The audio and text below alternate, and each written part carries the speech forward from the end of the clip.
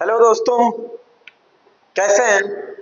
मैं नीलकमल सर उपस्थित हुआ हूं अपने online platform Purvanchal career classes पर लेके ईवीएस का प्रैक्टिस सेट दूसरा। और आज हम 15 क्वेश्चन का प्रैक्टिस सेट लेके आए हैं और पीछे के एग्जाम्स में आए हुए प्रश्न हैं, तो आप हल करने का प्रयास करिएगा प्रश्नों को और हम भी प्रयास करेंगे। और आप अंत तक बने रहिए हमारे ऑनलाइन प्लेटफॉर्म पे और अध्ययन करिए और अपना जो प्रैक्टिस है उसको निरंतर प्रैक्टिस यानी अभ्यास करते रहिएगा। तो आज का जो प्रश्न है ये है, क्योंकि पहले सेट में हमने 15 क्वेश्चन करवाए थे और बचे हुए जो 15 क्वेश्चन वो आज वाले सेट में करवाएंगे। और इसमें जो पहला क्वेश्चन है यानी कि 16वां क्वेश्चन जो है वो आपके स्क्रीन पे आ गया है। इसमें दिया हुआ है कि ग्रामीण क्षेत्रों में गाय के गोबर से झोपड़ी की दीवारें और फर्श को लीपा जाता है। उन्हें किस कारण से गांव में जो घर होता है उसके दीवारों को और उसके फर्श को गाय के गोबर से लीपा जाता है? आखिर क्या कारण है? उसके 4 ऑप्शन यहाँ पे दिए हुए हैं। कीटों को दूर रखने के लिए, चिकना और साफ बनाने के लिए, खुरदरा बनाकर घर्षण बढ़ाने के लिए, फर्श को प्राकृतिक रंग देने के लिए। हालांकि जो फर्श होता है या दीवारें होती हैं उसको गोबर के माध्यम से रंग नहीं दिया जाता, ठीक है? इस चीज को आप जानते रहिएगा कि गोबर के माध्यम से उसमें रंग नहीं दिया जाता है, बल्कि क्या किया जाता है, उसको जो आपका जो फर्श होता है उसको, सॉरी कुछ टेक्निकल फॉल्ट आ गए, पहले ही देखते हैं आ गया। तो ये रहा आपका क्वेश्चन और इसमें जो खुरदरा बनाकर घर्षण बढ़ाने के लिए तो ऐसा तो हो ही नहीं सकता। और दूसरा जो आपका है वो आपका है क्या है, वो आपका दिया हुआ है कि प्राकृतिक रंग देना। अरे गोबर से लिपाई करने के लिए रंगीन बनाना कोई मतलब ही नहीं होता है। और दूसरा ऑप्शन जो दिया हुआ खुरदरा, ये भी नहीं हो सकता।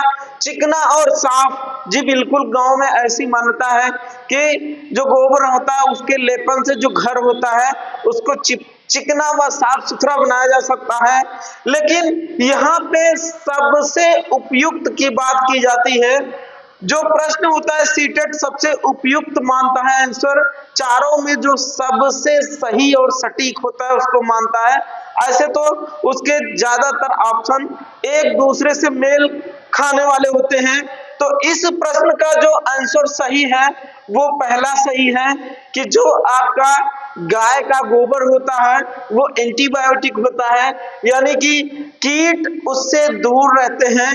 तो आज के प्रश्न का जो पहला उत्तर, आज के प्रश्न का जो उत्तर निकल के आया वो पहला ऑप्शन है, कीटों को दूर रखने के लिए ग्रामीण क्षेत्र में गोबर का इस्तेमाल किया जाता है, ठीक है? तो अगला प्रश्न क्या कहता है देखते हैं। अगला प्रश्न जो आपका है, एक किसान दानों को भूसे से अलग करना चाहता है, जिस प्रक्रिया से यह किया जा सकता है वह कहलाती है। ये इंपॉर्टेंट चीज है और ये है आपके थ्योरी का प्रश्न। तो पहला इसका ऑप्शन जो दिया गया है वो दिया गया है क्या, वो दिया गया है आपका हस्तचयन, दूसरा है थ्रेशिंग, तीसरा है निष्पावन और चौथा है फसल की कटाई। तो इसके बारे में जान लीजिए, ये है हैंड सिलेक्शन।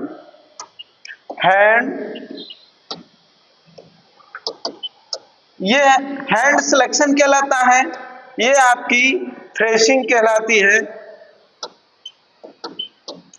इसको जानिए पहले, इनका इंपॉर्टेंट। और ये है विनोइंग,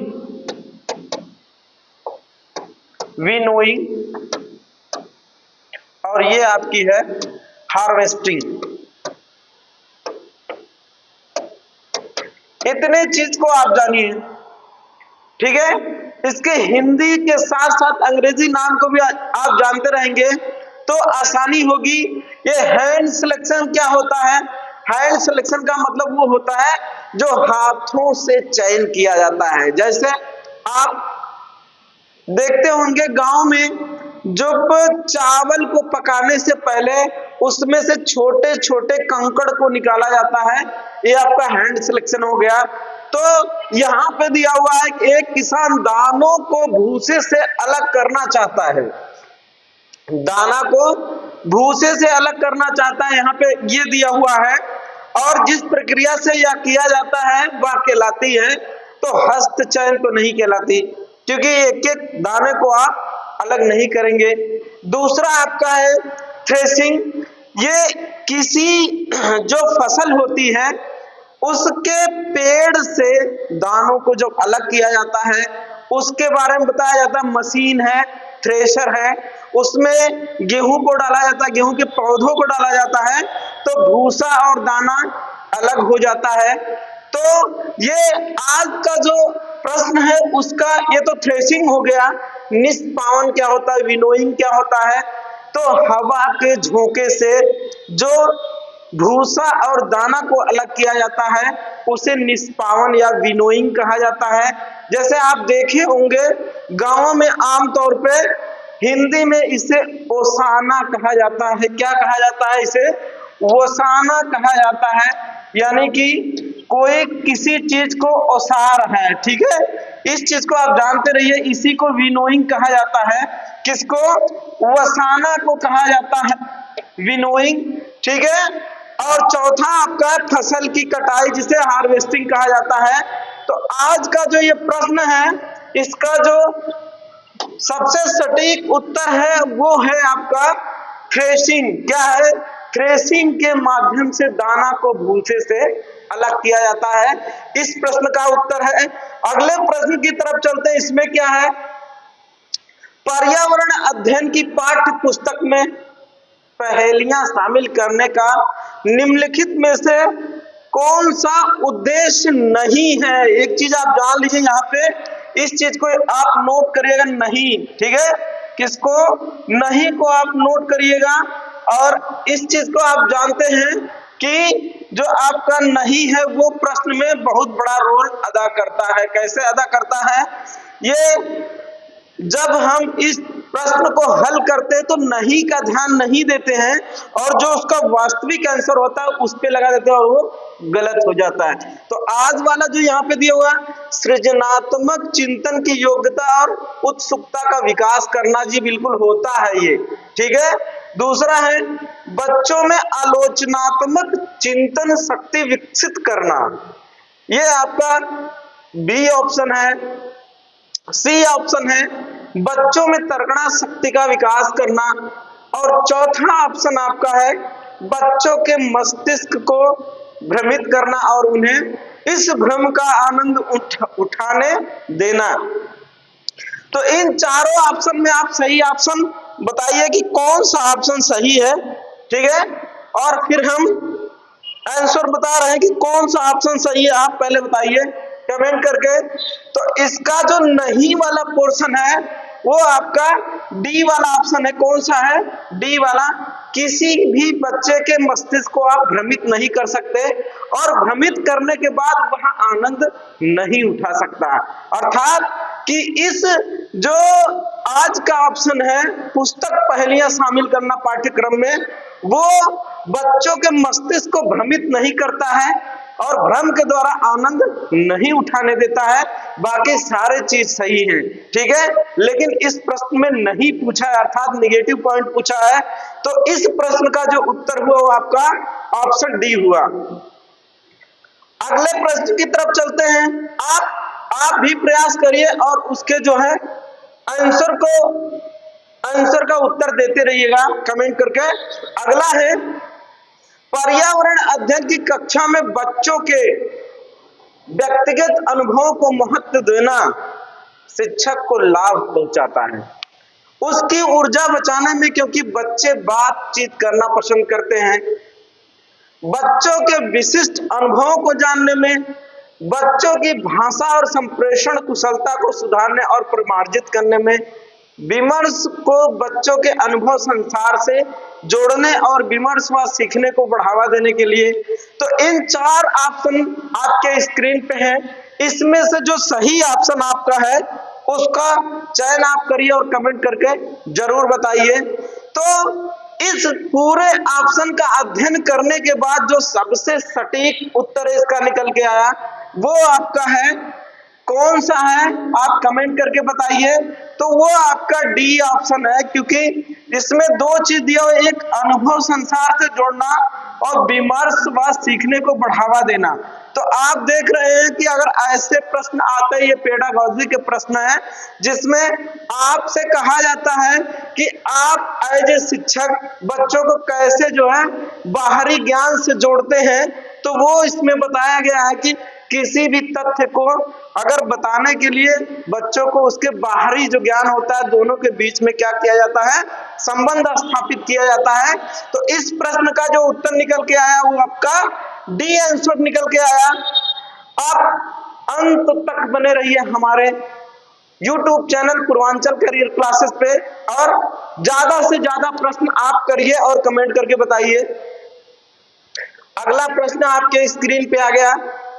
इसमें क्या है, बच्चों को विभिन्न प्रकार के ईंधनों से परिचित कराने के लिए शिक्षक क्या करेगा भाई? शिक्षक क्या करेगा? इसमें एक लघु फिल्म दिखाने के साथ खाना पकाने के लिए इस्तेमाल होने वाले संभावित ईंधनों के प्रकारों पर बच्चों के साथ चर्चा कर सकता है। ये पहला ऑप्शन है। दूसरा है, चार्ट पर ईंधनों के चित्र प्रदर्शित कर सकता है। तीसरा है, बच्चों से विभिन्न प्रकार के ईंधनों की सूची बनाने के लिए कह सकता है। और चौथा है, कक्षा में कुछ ईंधनों के नमूने दिखा सकता है। तो ये आपका जो प्रश्न है ये भी थ्योरी का प्रश्न है और एक चैप्टर हमने एनसीईआरटी सार संग्रह में पढ़ाया था, खत्म हो जाए तो, इस टाइटल का था, वहां से प्रश्न आया हुआ है।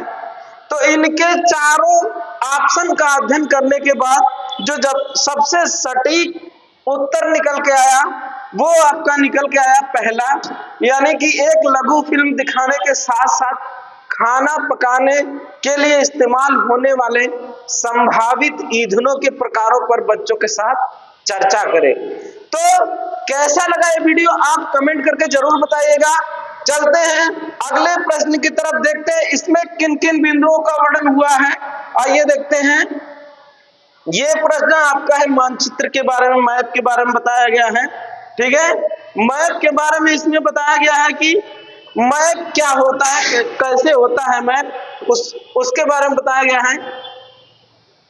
मानचित्र पढ़ाने के लिए आवश्यक कौशल में शामिल है, यानी कि आप किसी को मानचित्र पढ़ा रहे हैं, कोई बच्चा है, तो उसमें आप किन किन चीजों का इस्तेमाल किया जाता है उसके बारे में बताया गया है।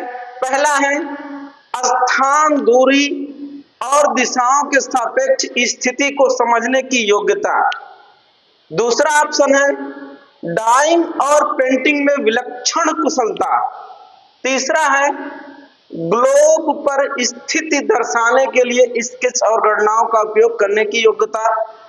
और चौथा ऑप्शन इसका है अभिव्यक्तात्मक योग्यताओं को बाहर निकालने के लिए विलक्षण संप्रेषण कौशल।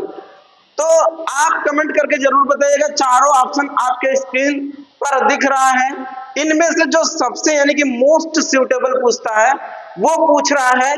तो इन चारों ऑप्शनों का अध्ययन करने के बाद जो ए वाला ऑप्शन है, अर्थात ऑप्शन ए, ये सही है कि यानी कि मानचित्र पढ़ाने के लिए आपको स्थान, दूरी, दिशाओं के सापेक्ष स्थिति को समझने और समझाने की योग्यता अधिक होनी चाहिए, तभी आप मानचित्र को पढ़ सकते हैं अथवा पढ़ा सकते हैं।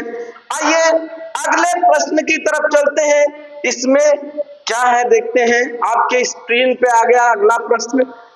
यह देखा गया है कि पाचन क्रिया बाहर की अपेक्षा आमाशय के अंदर अधिक तेजी से होती है, क्योंकि आप देख रहे हैं कि ये भी थियरी का प्रश्न है, हमने इसको पढ़ाया था, ठीक है, और उसमें बड़ा डीप पढ़ाया था। आपके हमारे चैनल के प्लेलिस्ट में वो वीडियो है और वहां से ये प्रश्न आया हुआ है, पाचक रस से हमने बताया था, ठीक है।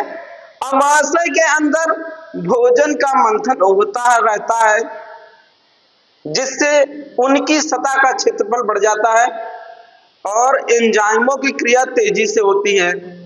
बी ऑप्शन इसका है। पाचक रस अमाशय के अंदर अम्लीय होते हैं जबकि बाहर वे क्षारीय होते हैं।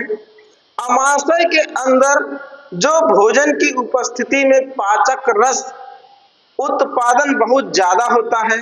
और डी, पाचक रस जब अमाशय के बाहर रहते हैं तो निष्क्रिय, ऐसे रखते नहीं, रहते हैं तो निष्क्रिय हो जाते हैं, ऐसा नहीं है, काम करता है, स्लो करता है। बड़ा डीप हम वो चैप्टर पढ़ाए हैं, पीछे वो वीडियो है, उसमें आप जाके प्लेलिस्ट में देख सकते हैं। तो इन चारों ऑप्शनों का अध्ययन करने के बाद जो सबसे सही उत्तर इसका निकल के आया वो आपका ऑप्शन ये निकल के आया कि जो अमाशय होता है उसके अंदर भोजन का मंथन होता रहता है, जिससे कि अमाशय की सतह बढ़ जाती है, ठीक है, क्षेत्रफल बढ़ जाता है और एंजाइमों की क्रिया तेज हो जाती है। तो इस प्रश्न का जो सबसे सटीक उत्तर निकल के आया वो ऑप्शन ए निकल के आया। अगला प्रश्न की तरफ चलते हैं। इसमें किसका वर्णन हुआ है? पर्यावरण अध्ययन की पाठ्य पुस्तक में रेलवे टिकट का एक नमूना दिखाना बच्चों को वास्तविक जानकारी से अंतःक्रिया करने का अवसर देता है, साथ ही अवलोकन की कुशलता का विकास करता है। बी ऑप्शन है, बच्चों को रेल के किराए के बारे में बताता है। सी ऑप्शन, टिकट में प्रयुक्त विभिन्न संक्षिप्ताक्षरों का ज्ञान उपलब्ध कराता है। और डी, निष्कर्ष पर पहुंचने की बच्चों की कुशलता का विकास करता है। तो आप चारों ऑप्शन को पढ़िए और उत्तर दीजिए कि इसमें से कौन सा ऑप्शन सही है। तो इसका जो ऑप्शन सही है वो आपका पहला ऑप्शन सही है। इसका भी क्यों सही है? क्योंकि बच्चों को वास्तविक जानकारी से अंतःक्रिया करने का अवसर देता है। यहाँ मॉडल की बात हो रही है, टिकट का एक मॉडल दिया जा रहा है बच्चों को देखने के लिए, उसके बारे में बताया जा रहा है। तो बच्चों को वास्तविक जानकारी से अंतःक्रिया करने का अवसर देता है, साथ ही अवलोकन की कुशलता का विकास करता है। इस चीज को आप ध्यान रखिए। अगला प्रश्न है, और एक चीज जानते रहिए कि सीटेट की एक खासियत है कि हर दूसरे तीसरे साल प्रश्नों की पुनरावृत्ति करता है। तो उसमें से ये मत मान के चलिए कि एक बार आ गया तो दोबारा नहीं आएगा, ऐसे प्रश्न दोबारा भी आ सकते हैं, उसको आप नोट करिएगा और बेहतर अभ्यास के माध्यम से उसको अधिक से अधिक अभ्यास करिए ताकि आपका कॉन्फिडेंस लेवल ऊंचा बना रहे। अगला प्रश्न आपके स्क्रीन पे है, निम्नलिखित कथनों में से कौन सा प्राथमिक स्तर पर पर्यावरण अध्ययन पढ़ाने का उद्देश्य नहीं है? यहां भी नहीं आ गया, इसको भी आप पहले अंडरलाइन कर लीजिए कि नहीं है, ठीक है। इसमें जो 3 ऑप्शन होंगे वो बिल्कुल सही होंगे, जो चौथा ऑप्शन होगा वो बिल्कुल डिफर हो, उसके बारे में पूछ रहा है यहाँ। पहला ऑप्शन है जीवन और पर्यावरण से सरोकार रखने वाले मूल्यों को आत्मसात करना, तो ये पहला ऑप्शन तो सही दिख रहा है। दूसरा है प्राकृतिक व सामाजिक वातावरण के बारे में उत्सुकता जगाना, ये भी सही है। बच्चों को खोजने की क्रियाओं में लगाना तथा व्यवहारिक क्रियाएं करवाना जो संज्ञानात्मक और मनसचालक कौशलों के विकास में सहायक होती हैं, ठीक है, ये भी सही है। और लास्ट ऑप्शन जो डी वाला है, बच्चों पर आकलन के लिए शब्दावली और परिभाषाओं का बोझ डालना, ये वाला ऑप्शन बिल्कुल गलत है, ठीक है। और इसमें पूछा भी है निम्नलिखित कथनों में से कौन सा प्राथमिक स्तर पर पर्यावरण अध्ययन पढ़ाने का उद्देश्य नहीं है। तो इन चारों ऑप्शनों का अध्ययन करने के बाद जो इस प्रश्न का उत्तर निकल के आया वो आपका आया डी, अर्थात बच्चों पर आप किसी भी चैप्टर को आप पढ़ा रहे हैं, किसी भी विषय को आप पढ़ा रहे हैं, तो उन बच्चों पे आप परिभाषा और शब्दावली को जोर नहीं देंगे कि आप रट के इसको आइए, आप इसको कंठस्थ करके आइए, तो उस पर जोर देने की जो कला है वो बिल्कुल नहीं है। तो इस आधार पर आज का जो ये 24वां प्रश्न है उसका जो उत्तर निकल के वो आपका ऑप्शन डी आया कि इसमें शब्दावली और परिभाषाओं पे बोझ नहीं डाला जाता है। ठीक है, आप हमारे ऑफिशियल चैनल को लाइक, शेयर, कमेंट करना ना भूलिए, जिससे कि सारे जो आपके चिर परिचित लोग हैं जो सीटेट की तैयारी कर रहे हैं, जो अपीयर होना चाहते हैं, सीटेट में बैठना चाहते हैं, उनके तक ये निःशुल्क वीडियो पहुंच जाए आसानी से। अगला प्रश्न है बगुला के बारे में बताया गया है कि बगुला जो है भैंस की पीठ पर अक्सर बगुला पक्षी बैठा दिखाई देता है। ऐसा इसलिए होता है क्योंकि बगुला घास में पाए जाने वाले कीट खाए, भैंस की पीठ पर बैठकर गाना पसंद करता है, उड़ने के बाद थोड़ा आराम करता है, भैंस की पीठ पर परजीवी कीट खाता है। तो मेरे प्यारे जो विद्यार्थी हो, ये एकदम हलवा प्रश्न है, इसको तो आप आसानी से कर सकते हैं। इसमें कीट तो खाता है, घास में पाए जाने वाले कीट खाता है, बिल्कुल खाता है, लेकिन ऊपर नहीं खाता है। ठीक है, भैंस की पीठ पर बैठकर गाना पसंद करता है, गाना गाता ही नहीं बगुला, उड़ने के बाद थोड़ा आराम करता है।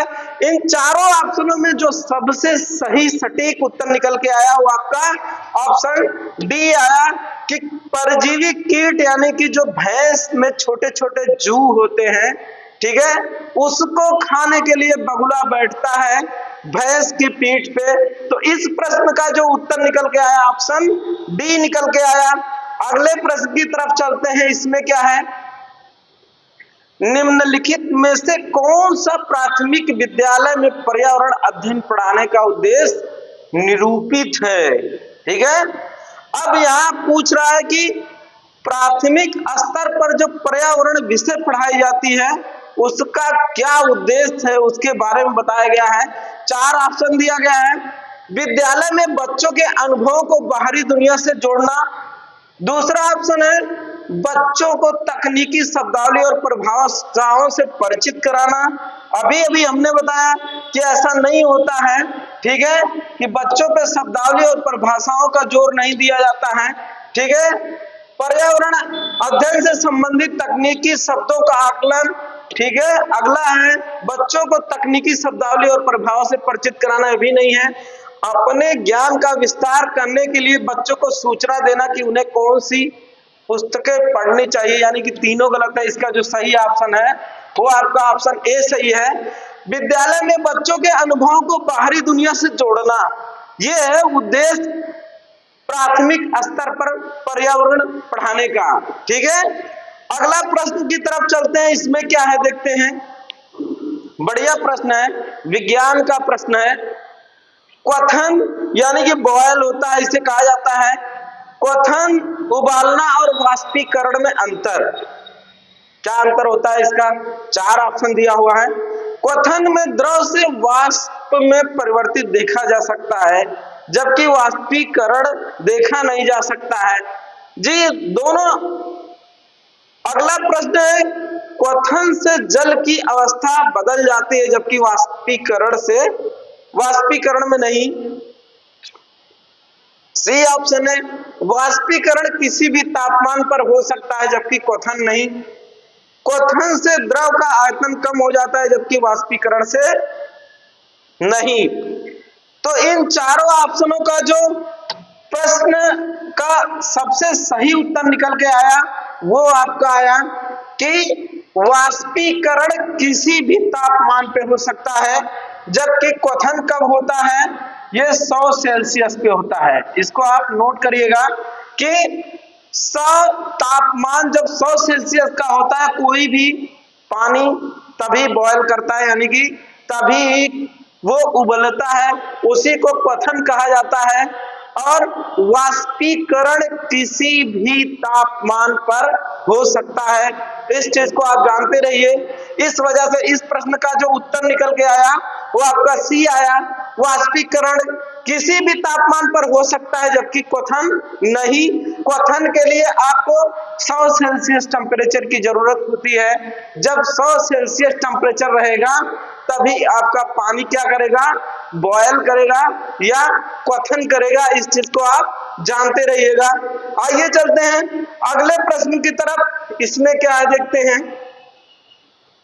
एक पुरुष जिसका रक्त O है, एक ए रक्त समूह वाली स्त्री से शादी करता है, उसके पहले बच्चे के रक्त समूह O होने की संभावना, यानी कि ये भी साइंस का प्रश्न है। और इसमें जो पूछा गया है वो पूछा गया है कि एक पुरुष है जिसका रक्त समूह O है और वो ए रक्त समूह वाली स्त्री से शादी कर रहा है। जो बच्चा पैदा होगा पहला, उसके रक्त समूह O होने की संभावना के बारे में पूछ रहा है कि O होने की संभावना कितना है। पहला है 75%, दूसरा है 50%, तीसरा है 100%, चौथा है 25%। तो इन सबों को देखने के बाद जो सबसे उपयुक्त इसमें आया वो आपका आया बी ऑप्शन, यानी कि कोई भी माँ बाप है जिनके पिता का रक्त समूह O, माँ का रक्त समूह A है, तो बच्चे का O रक्त समूह होने के जो चांसेस होते हैं वो 50% होते हैं। ये आपका 50%, यानी कि बी ऑप्शन आपका सही हुआ इस प्रश्न का। अगले प्रश्न की तरफ चलते हैं। ये टूटता हुआ तारा या उल्का के बारे में बताया गया है। ये सामाजिक विज्ञान का प्रश्न है, ठीक है। इसमें पूछा गया है कि टूटता तारा या उल्का है, क्या है उल्का। पहला ऑप्शन एक समान गति से चलने वाला तारा, दूसरा एक चमकता पिंड जो वायुमंडल में एक समान गति से चलता है, तीसरा है एक तारा जिसके एक सिरे पर पूंछ होती है, और चौथा ऑप्शन है उल्काब जो पृथ्वी के वायुमंडल में प्रवेश करते ही आग पकड़ लेती है, ठीक है। तो इन चारों ऑप्शनों में जो सबसे सटीक उत्तर इसका निकल के आया वो आपका निकल के आया ऑप्शन नंबर 4, यानी कि ये वाला प्रश्न है आपका। जो उल्का पिंड होता है इसके बारे में जान लीजिए। ये क्या होता है, तारों का टूटा हुआ भाग होता है, और वही भाग जो हमारे वायुमंडल की 5 परत है उसमें जो मध्य मंडल है यानी कि मीसोस्फीयर है, यानी कि मीसोस्फीयर, ये आपका या मध्य मंडल, ठीक है। मध्य मंडल में जैसे ही प्रवेश करता है तो वो उल्का पिंड में आग लग जाती है, वो आग का गोला बन जाता है। तो इस आधार पर इस प्रश्न का जो उत्तर है वो आपका डी ऑप्शन है कि मध्य मंडल में जो उल्का पिंड है वो जैसे ही एंट्री करता है उसमें आग लग जाती है, ठीक है। अगला है प्रश्न प्राथमिक स्तर पर आकलन में शामिल होना चाहिए, यानी कि आकलन के बारे में पूछ रहा है क्या शामिल होना चाहिए। छोटे बच्चों को उत्तीर्ण अथवा अनुत्तीर्ण की श्रेणी के अंतर्गत आंकने के लिए प्रत्येक सप्ताह गृह कार्य और कक्षा कार्य पहला है।